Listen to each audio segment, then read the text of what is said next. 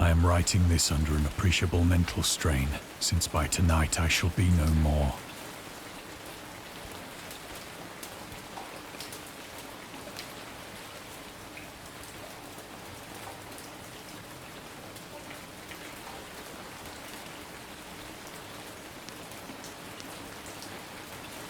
Penniless, and at the end of my supply of the drug which alone makes life endurable, I can bear the torture no longer, and shall cast myself from this garret window into the squalid street below. Do not think from my slavery to morphine that I am a weakling or a degenerate.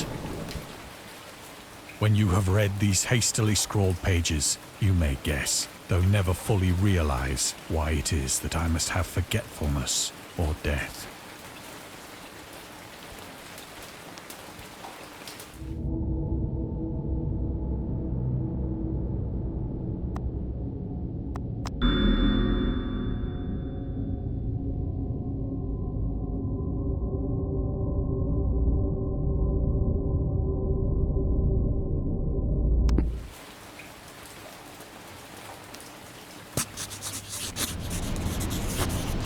It was in one of the most open and least frequented parts of the broad Pacific that the packet of which I was supercargo fell a victim to the German sea raider.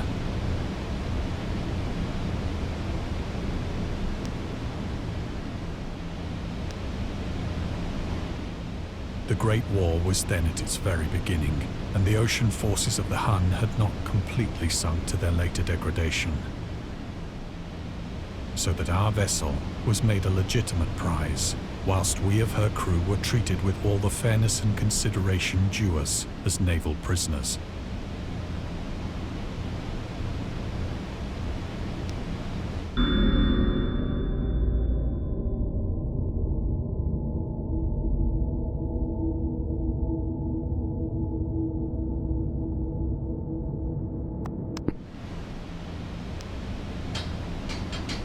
So liberal, indeed, was the discipline of our captors, that 5 days after we were taken, I managed to escape alone, in a small boat, with water and provisions for a good length of time.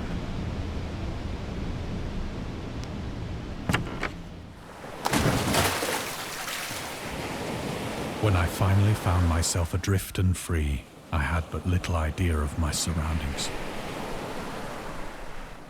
Never a competent navigator, I could only guess vaguely by the sun and stars that I was somewhat south of the equator. Of the longitude, I knew nothing, and no island or coastline was in sight.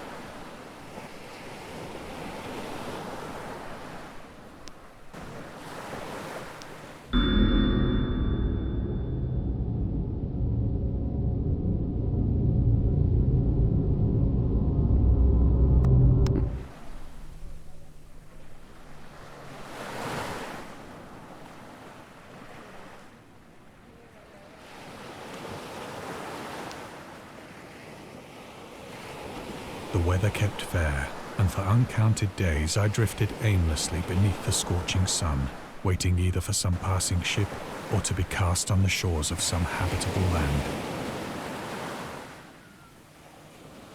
But neither ship nor land appeared, and I began to despair in my solitude upon the heaving vastness of unbroken blue.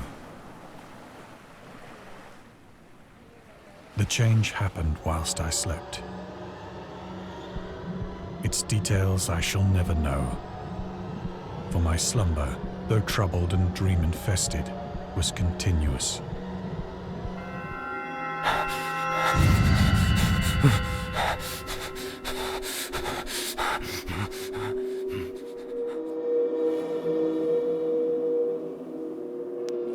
When at last I awoke, it was to discover myself half sucked into a slimy expanse of hellish black mire, which extended about me in monotonous undulations as far as I could see, and in which my boat lay grounded some distance away.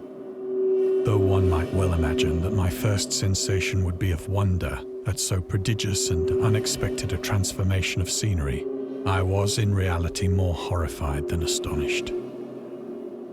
For there was in the air and in the rotting soil a sinister quality which chilled me to the very core. The region was putrid with the carcasses of decaying fish and of other, less describable things which I saw protruding from the nasty mud of the unending plain. Perhaps I should not hope to convey in mere words the unutterable hideousness that can dwell in absolute silence and barren immensity.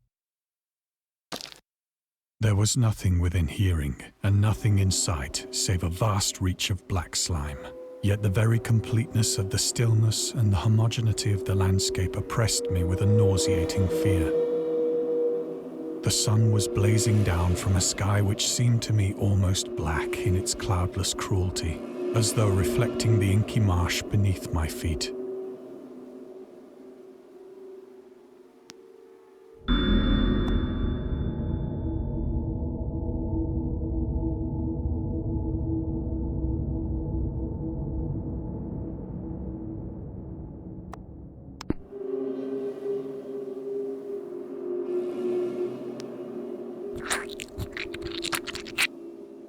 As I crawled into the stranded boat, I realized that only one theory could explain my position.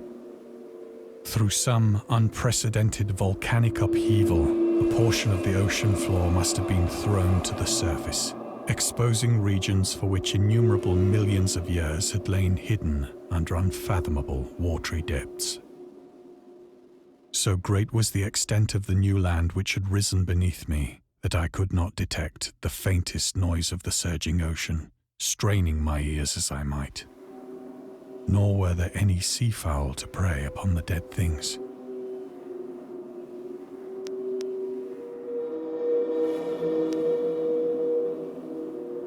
For several hours I sat thinking or brooding in the boat, which lay upon its side and afforded a slight shade as the sun moved across the heavens.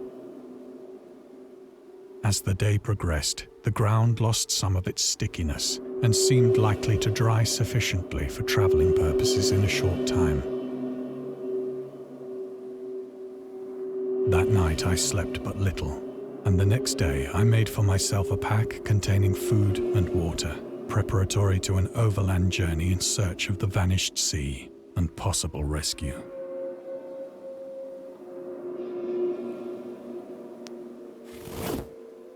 On the third morning, I found the soil dry enough to walk upon with ease. The odor of the fish was maddening, but I was too much concerned with graver things to mind so slight an evil, and set out boldly for an unknown goal.